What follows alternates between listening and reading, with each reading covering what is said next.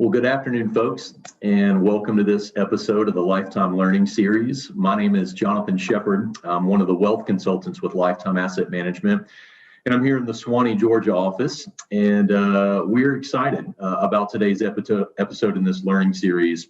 We're excited for a few reasons. Number one, this is actually our final episode of the season, and we wanted to bring you a topic that was not only relevant, but it's going to make an impact for our clients. And starting this project last September, we've actually done 18 of these webinar series episodes so far.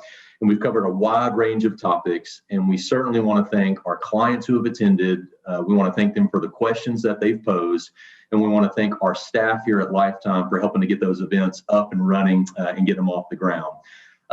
So we're excited about today's topic. I want to share a little bit about some of the administrative stuff behind the scenes. So during today's conversation, you will have the opportunity to ask questions, and we're going to have a nice Q&A session at the end of our program.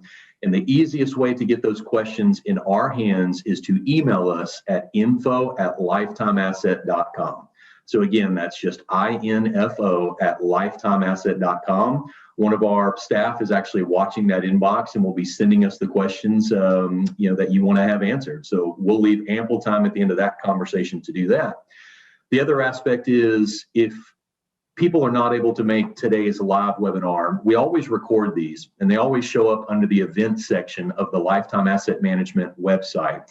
And over the last 8 or 9 months, we've certainly gotten great feedback from people who have started to explore those topics that we have listed on the website. And this should be one of those topics that gets a lot of views moving down the road. So with that being said, the topic we're covering today, which is navigating that generational family wealth conversation, is a broad topic, but it's very important to what's going on in our client lives right now. And the reason we're able to bring topics like this to our client base is in conjunction with having great industry partners. And none of those better than the folks that are joining us today from our friends up at MFS. And MFS is a mutual fund company that is a cornerstone in our managed portfolios. And we have some of the best internal and external partners, points of contact in the industry with folks like Greg Davis and Nick Luciano. So Greg and I have known each other for a lot of years. He was one of the first points of contact I had when I was just green and still wet behind the ears. And Greg was still very nice, got me started on the right track, and hasn't let me forget that for sure. So in just a minute, I'm going to hand it over to Greg so he can share a little bit about MFS. He's going to introduce our speaker, Mr. Doug Orton, who we're excited about.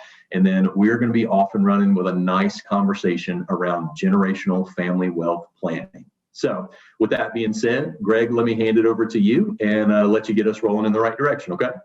Awesome. Thank you very much, Jonathan. Yes, this is kind of a treat for me because, usually when we do events like this, I have to do all the talking. But today we brought in an ace from the bullpen. So, as Jonathan mentioned, we work at MFS Investment Management. Very proud to say we invented the mutual fund back in 1924. So almost coming up on our 100th anniversary. And if I was doing the talking, it would be things like staying calm, cool, and invested, or 10 principles of long-term investing resilience, kind of the maybe math or nerdy side of our business, which is very important, don't get me wrong. But I'm very excited today to have my old pal Doug Orton on the call because what he's going to talk about, I think, is super important because even if we get the portfolios perfect, and even if we get the risk tolerance right, and even if we keep you invested, if we don't get that family aspect right, and trust me, I'm one of 4, I'm the youngest. You don't want to meet my sister Jean, right? We all have that person. We all know what that is like. I am not only the Hit Club president, I am also a client. Today's topic, I would argue, trumps all of the math things that we traffic in on a daily basis. So, and I'm just brushing up on Doug's bio. So if you saw the cover slide, which while the music was playing, obviously we were using Doug's high school senior portrait when we put that up there. So you might not recognize him when you see him today.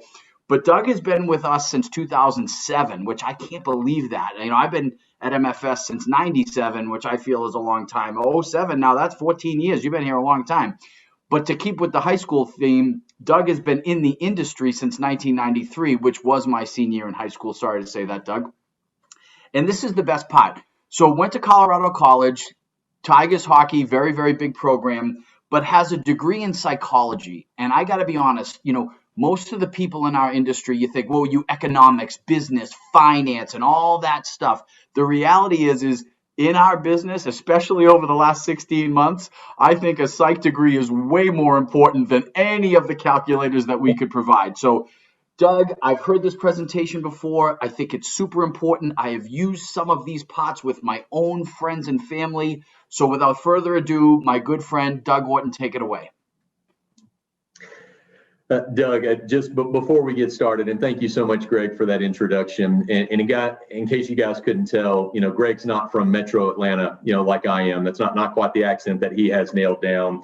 But we're going to have Greg down here in our market sometime soon to do a nice dinner seminar. We can get those back on the schedule.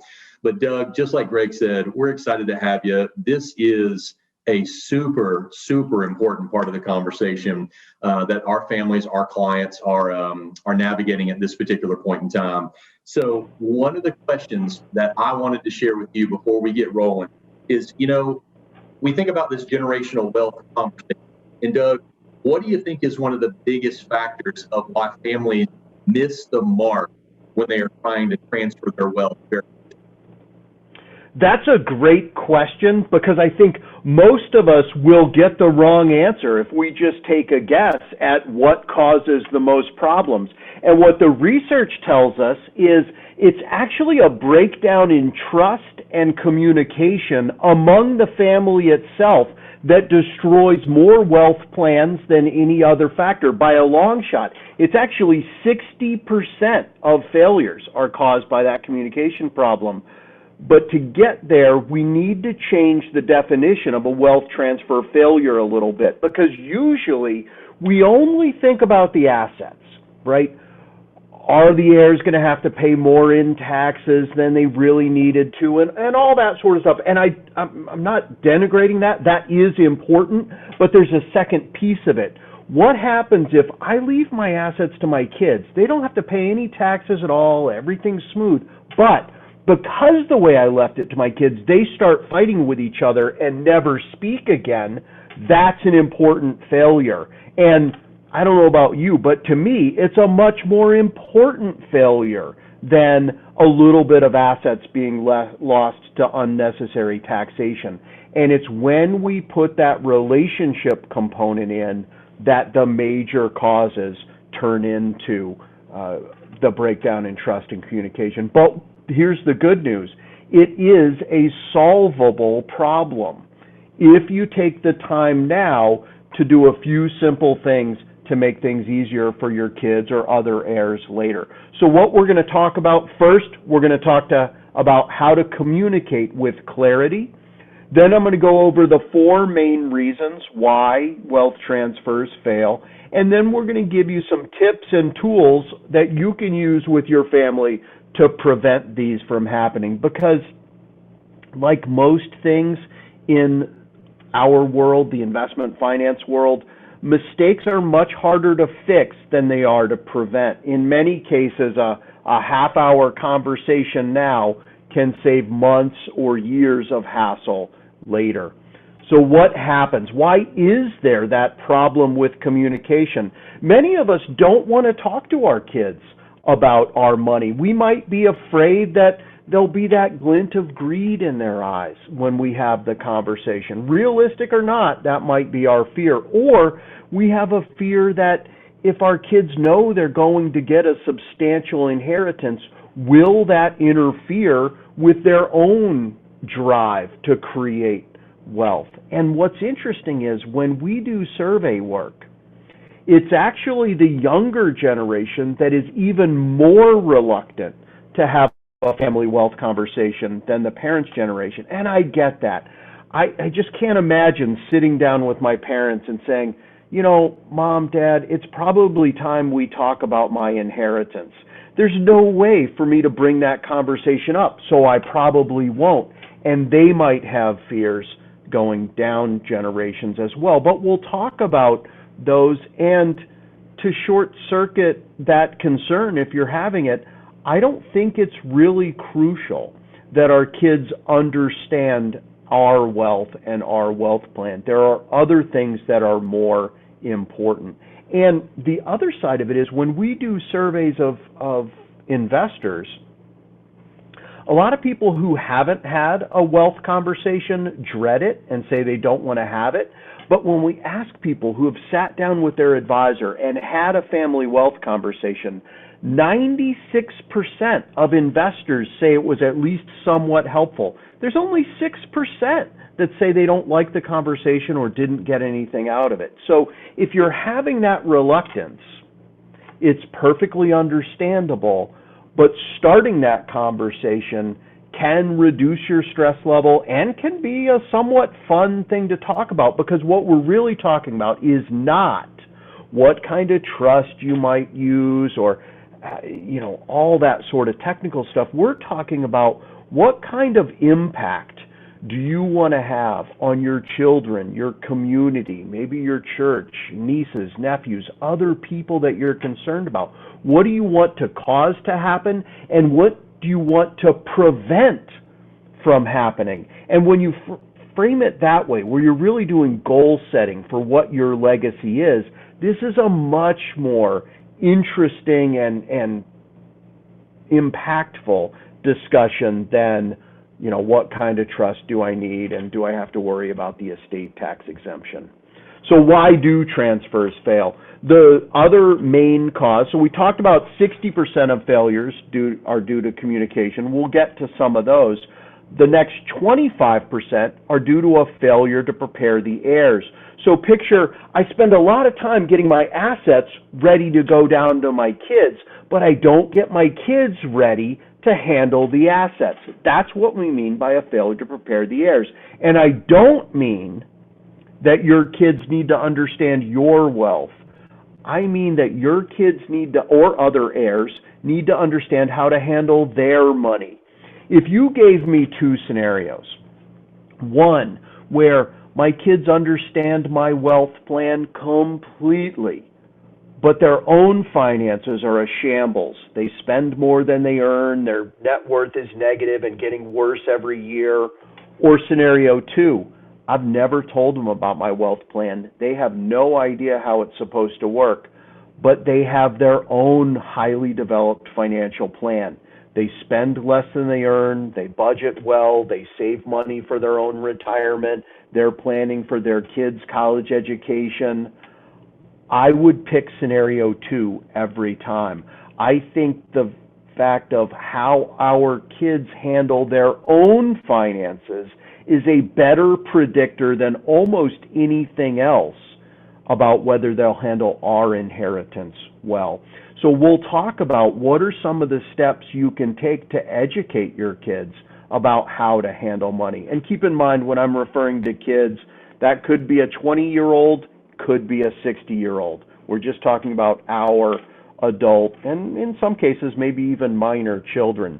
The second reason transfers can fail is kids will fight over what they perceive to be unfair. One of my hobbies that I should probably give up, but I haven't given it up yet, is I like to read the financial advice columns that show up. Used to be in the newspaper, now I look at them online, and the advice isn't always great, which I get. It's very hard to give advice to people that you haven't met and you don't know almost anything about their financial situation. So I'm not suggesting you take advice from those columns, but what it does give me is an understanding of different perspectives of the same problem.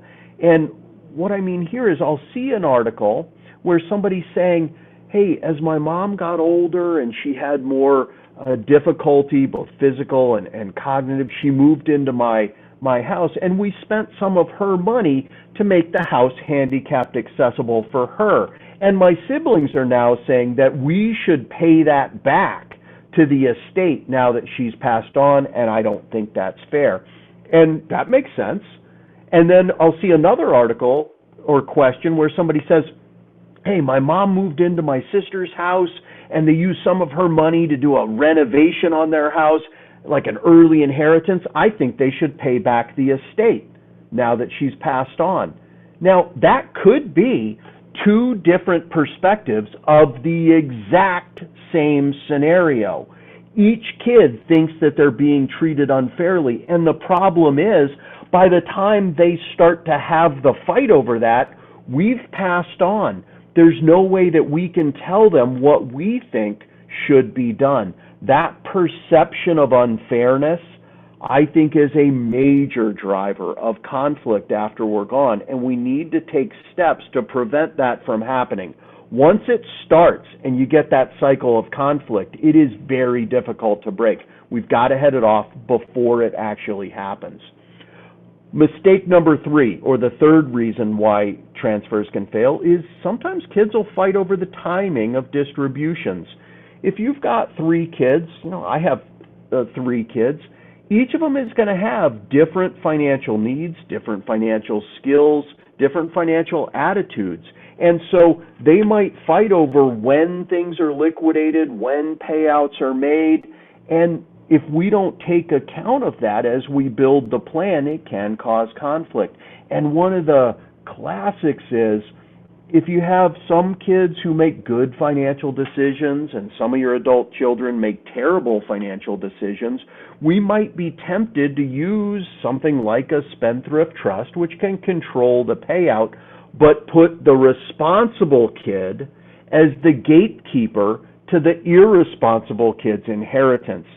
That generally isn't the greatest option because it puts them in inherent conflict. Because if every time I want to take out $50,000 to go to Vegas and my brother says that's a terrible idea, you can't have it, because it is a terrible idea, we're going to fight about that.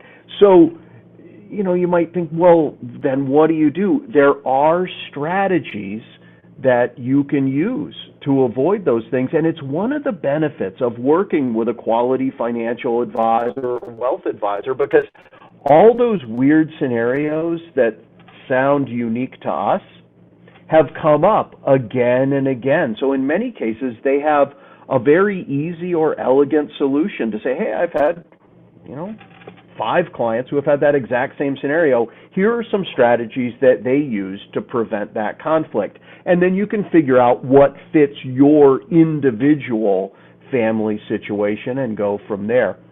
The last cause of failures, kids will fight over things that can't be easily divided, like the family lake house, ski house, beach home, or even the family home itself. Because at the end of the day, if I've got 3 kids and I've got a $3 million IRA and each of them gets $1 million out of it, they're going to probably perceive that as more or less fair, and they can each go their separate ways. They don't have to worry about timing of distributions. I can even set it up so that different kids have different options. They won't even know that their options are different than their siblings. But what happens with the lake house? It's not easy to cut that up into 3 pieces. And what can happen in a lot of scenarios is, I have the lake house, I love it, the kids spent most of their summers there, they love it. Now that they've got kids, the grandkids are coming up as well. And so I might be tempted to think, hey, everybody loves it, I'll just leave each of the kids 1/3 of the lake house and everything will work out great. But that doesn't work out always in practice, because it might be that one of the kids lives half an hour away from the lake house. They use it all the time. To them, splitting the expenses equally is perfectly rational and fair.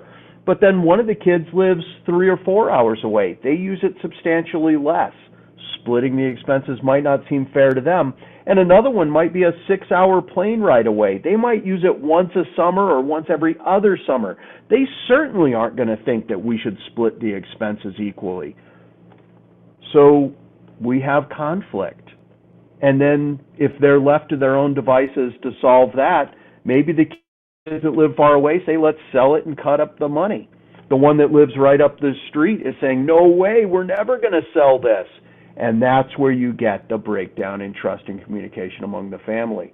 And sometimes when we predict this problem and try to fix it, it doesn't always work out the way we expect. So if I decide I'll leave the lake house to the kid that lives half an hour away, the other 2 will get an equal amount in terms of value of cash or some stocks, mutual funds, whatever, to me that sounds fair, but they might not know why I did it or what I was thinking.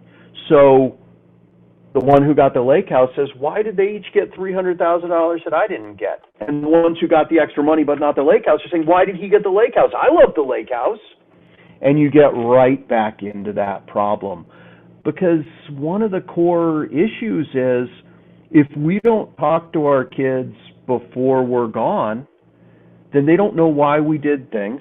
And if each of them has their own goals and outlooks, and maybe they each have their own financial advisor, there's nobody there who can say, this is why your parents did it this way, this is what they were thinking, and we can avoid that perception of unfairness or a breakdown in communication. It's one of the reasons why I think the real wealthy families, when you read how they manage money, in a lot of cases they use what's called a single family office, where you have one financial advisory team that's advising multiple generations of the same family. You can avoid some of those communication breakdowns.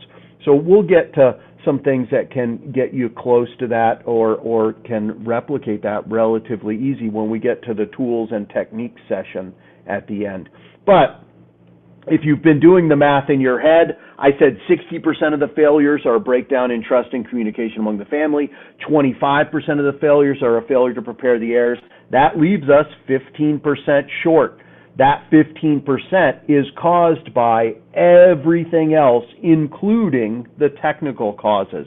And that probably sounds low to you, because you've probably heard horror stories of unfunded trusts or outdated beneficiary designations. And I should point out that the data I'm using is of people who have quality financial advisors. So that makes sense, that if you decide to leave your beneficiary designations blank or something, your wealth advisor is going to give you a call from LifeTime and say, is that really what you wanted to do? So you can avoid some of those problems. But some of them we do want to plan for in advance. And here's one idea is, have a list of all your important documents, your wills, your trusts if you have them, your healthcare proxies, along with where they are. So you know, it's in the safety deposit box, it's in the fire safe, whatever it is. So your adult children, after you've passed away, have one central place where they can see where all the important documents are. And for some of us, you know, the question is, do they even know where the fire safe is? Not a bad idea to have a copy of this with one of your trusted advisors. If they know, call my wealth advisor after I've passed on, and your wealth advisor has the list of where all the documents are. That can save the kids a lot of time, frustration, and sometimes just lost documents. You can head that problem off before it ever happens. Another idea is what's called the family love letter. And this isn't an endorsement of this particular product, though I think it's pretty good. It's more an endorsement of the concept that some of the things we want to leave to our kids aren't necessarily financial. It might be family lore that you want to pass down. My middle name happens to be Lawrence. My brother's middle name is Lawrence. My dad's middle name is Lawrence. My uncle's middle name is Lawrence. My grandfather and all his brothers had the middle name of Lawrence. And so you're probably wondering, what's the story behind that? Why do 8 Orton men have the middle name of Lawrence? Your guess is good as mine. I have literally no idea who Lawrence was and why we all have that middle name. By the time I started to wonder about it, and I asked my dad, he said, I don't know. My dad probably knew, but Grandpa had passed away already. So there's probably some interesting story in the family of why that occurred. None of us have any idea why that happened. Those sorts of things, write them down, pass them down. Your kids, your grandkids, maybe your great-grandkids will find things like that interesting. Important values to you can be passed down that way, as well as why you structured your estate plan the way you did, so that if there's something that the kids perceive to be unfair, but then they read the document and you describe why you did it. You know, if my kids are upset about my estate plan, I'd rather have them be mad at me than at each other. I'll be dead anyway. If they're mad at me, so what? I made it through their teen years and they were mad at me all the time. I'll be fine after I've passed on. But if they're fighting each other, that's a bigger problem. And then, you know, some of the fights happen over things that don't even have financial value, but have sentimental value for people. So saying who you want to get what, or if you have a strategy on how they divide that stuff up, a simple letter can be a good way to avoid that conflict as well. So where do you go from here? Don't worry, I'm not going to give you 7 items of homework. I'm going to give you, let's call it 3. The first one is bring your children in for an annual review with your wealth advisor at LifeTime. And I'm not suggesting that you sit them down and have your financial assets explained. If you want to, great, that can be useful. What I'm suggesting is you have them work on their own financial plan. So that might vary on their age. You know, my daughter's going to graduate from college actually tomorrow. So, you know, she might need to know, how do you set up a budget when you get your first job? How much should you participate in your 401k? How to invest your 401k? Those basics, if she nails those down at 21, can make a huge difference over the rest of her life and whether my estate plan works or not. If my kids were 50, it would be a whole different conversation. But it goes back to that 25% of estate planning failures are due to a failure to prepare the heirs. And I'm convinced it's not because they don't understand the estate plan, it's that they don't understand money. We see plenty of examples people who do okay and then inherit large amounts of money and they just don't know how to handle it. Getting them their own financial plan as early as you can solve a ton of problems later. The second piece of homework I'm going to give you is create a giving plan. And here I don't mean anything super fancy. I'm going to suggest do something like take a blank sheet of paper, put your name in the center, your spouse or significant other if you have one right next to you, and then list out. Just draw a map of the family, the kids from your current marriage, kids from a previous marriage if you have those, siblings. If your parents are still alive, put them on the map as well as organizations that are important to you. That might be a charity, it might be your alma mater, it might be your church or synagogue, whatever it is. Have one sheet of paper with everybody and all the organizations that are important to you. That doesn't sound like an estate planning document, but is the best starting place, in my opinion, because a lot of us are visual thinkers. If you just ask me, what are you trying to accomplish with your estate plan? I don't really know.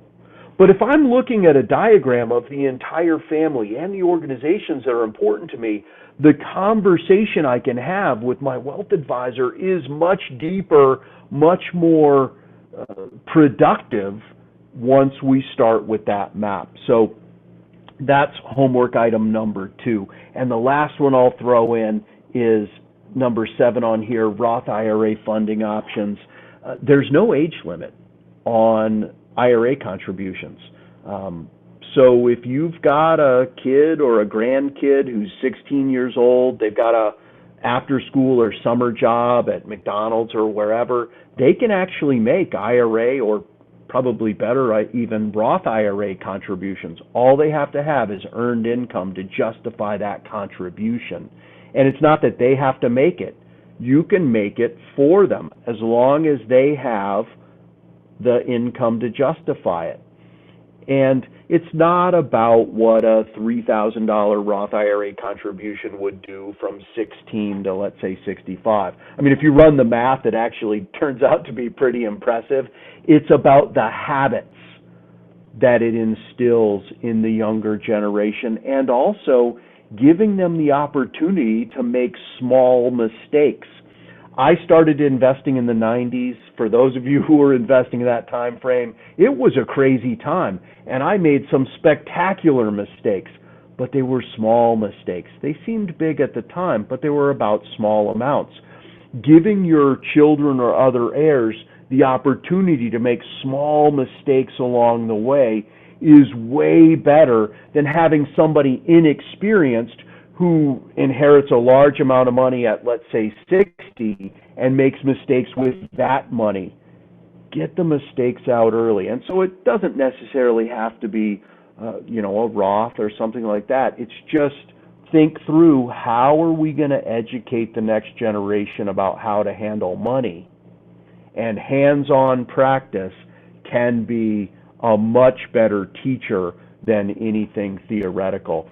So with that, I want to thank you for your time. And before we open it up for questions, let me summarize as it can be difficult to pass wealth down to the next generation, and it can be intimidating to start that conversation.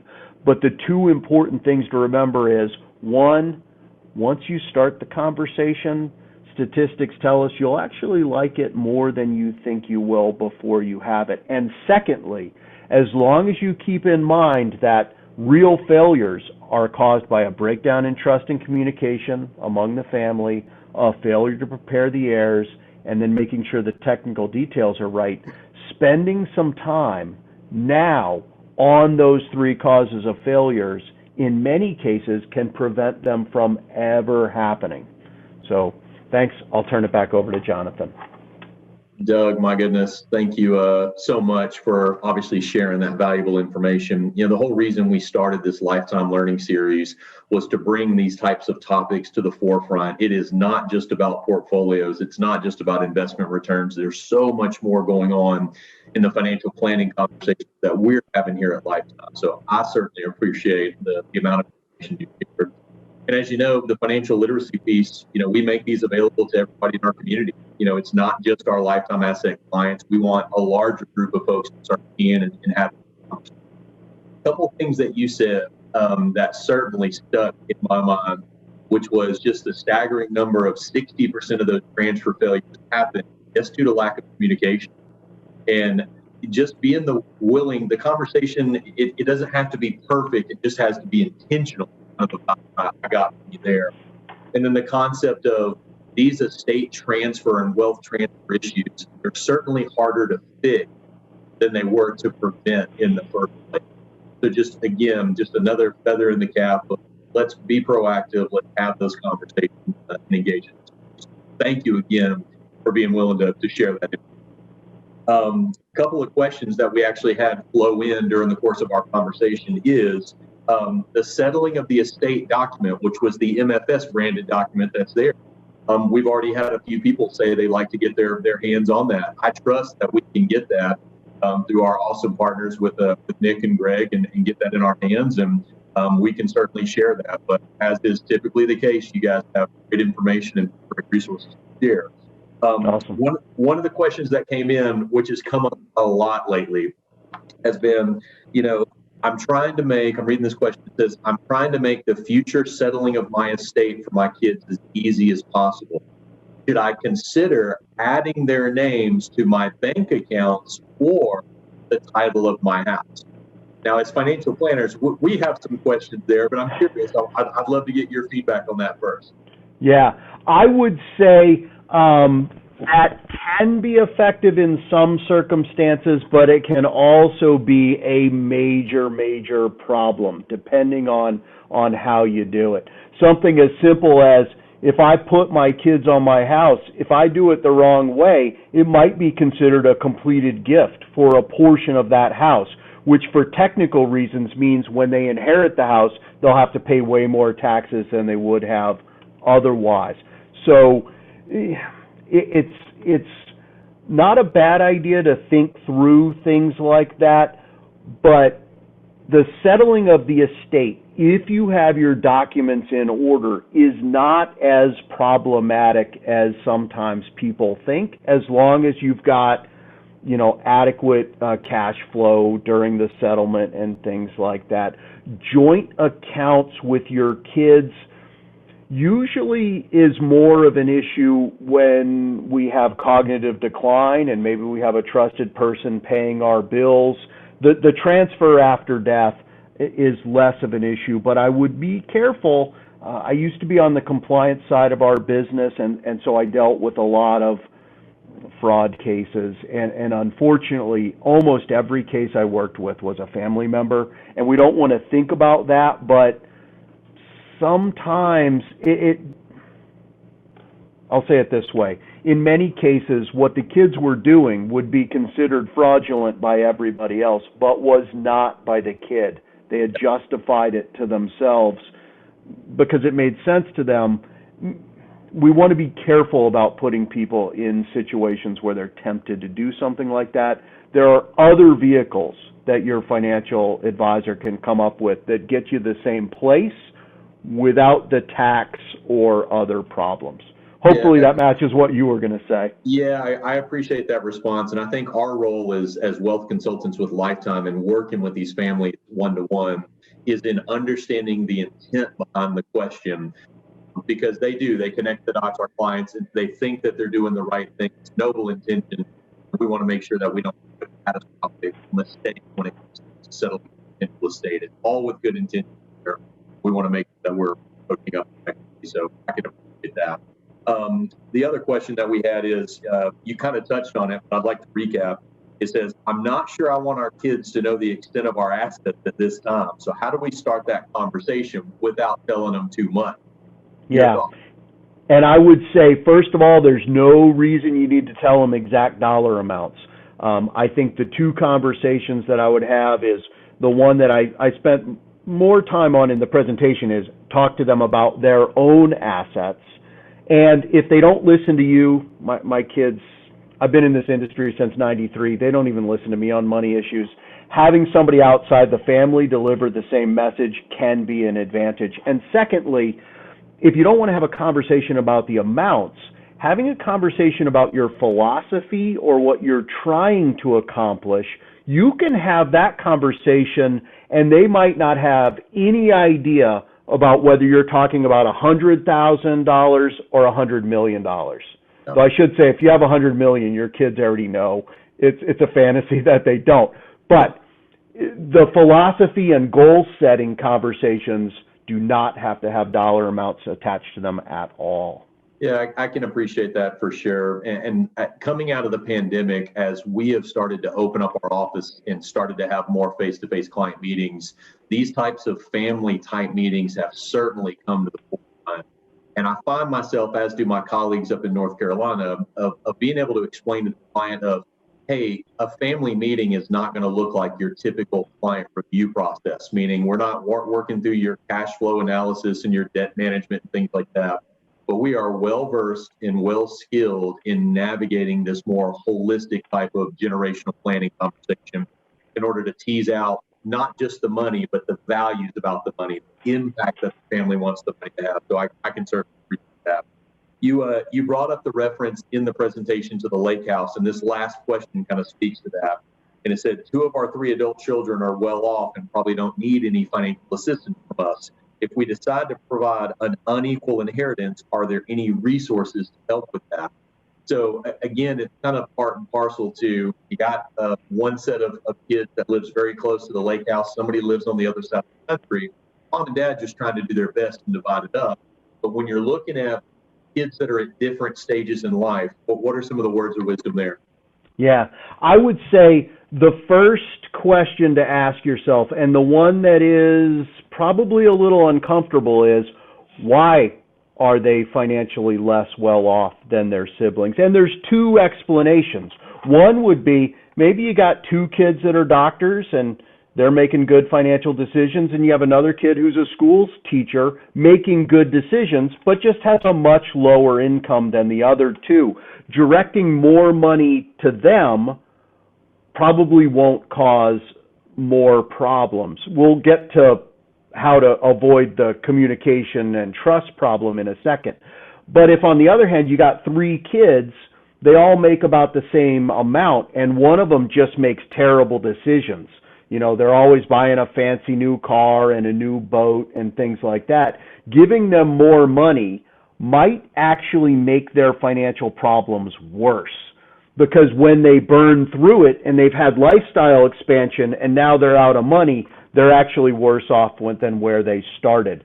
So if that's the case, whether you give them more money or not is a separate question to, do I need to control how they use it so they don't damage themselves?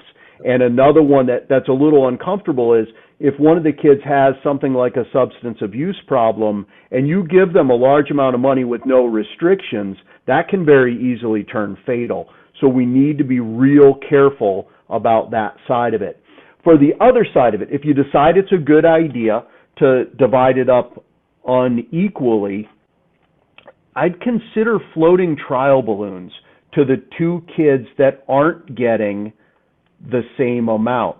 So if you have a conversation with one of the financially responsible kids and you say, you know, your sister, she's always made a lot less than you, and you know, but she makes good financial decisions. I'm considering maybe leaving her a little bit more than I leave you.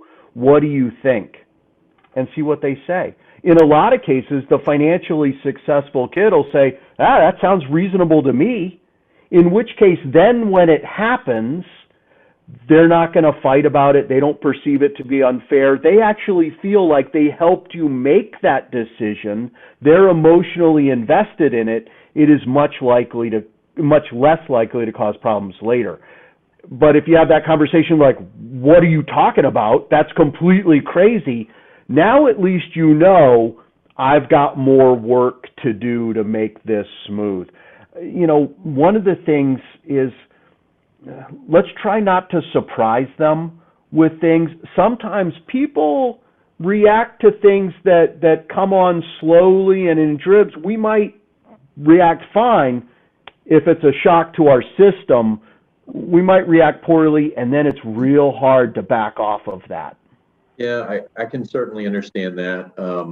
It is interesting where a lot of future heartache and a lot of future struggle can just be taken care of by good proactive communication. And I love the term trial balloons because, yeah, if your kids are level-headed and understanding that you're just trying to take care of the family, that conversation can be surprisingly eye-opening and beneficial to the family dynamic as a whole. So I certainly appreciate that. I'm looking for additional questions at this point. I don't see any more kind of coming into the inbox at this point, but for those in attendance, if you do have additional questions, please feel free to float them out to us again at info@lifetimeasset.com or contact your wealth consultant with Lifetime Asset Management directly. Couple things as we finish up. Number one, Doug, want to thank you personally. Thanks for the time, especially taking away time from the festivities of your daughter's upcoming graduation. Super excited about that for you. Congrats to you and the family there. Thank you. Greg and Nick, you guys continue to support us in a world-class way. So we certainly appreciate that continued support, and I just can't thank you enough for what you do for us here at Lifetime Asset. And for those of us in attendance, our clients, their friends, their family, their colleagues. We tell you every time, but we don't want to miss the opportunity. We appreciate the opportunity and the privilege to serve you the way that we do. We certainly don't take that for granted, and we are committed to continuing to bring you great information like this. Although this is our final episode of this season of the Lifetime Learning Series, we're going to take a little break over the summer, but we will be back in the fall with some even more engaging topics. So until then, we wish you a safe and happy summer. We ask that you be well, be safe, and we sure look forward to seeing you very, very soon. So thank you guys for your help, all of our friends at MFS, and we look forward to talking to everybody soon. Thanks so much.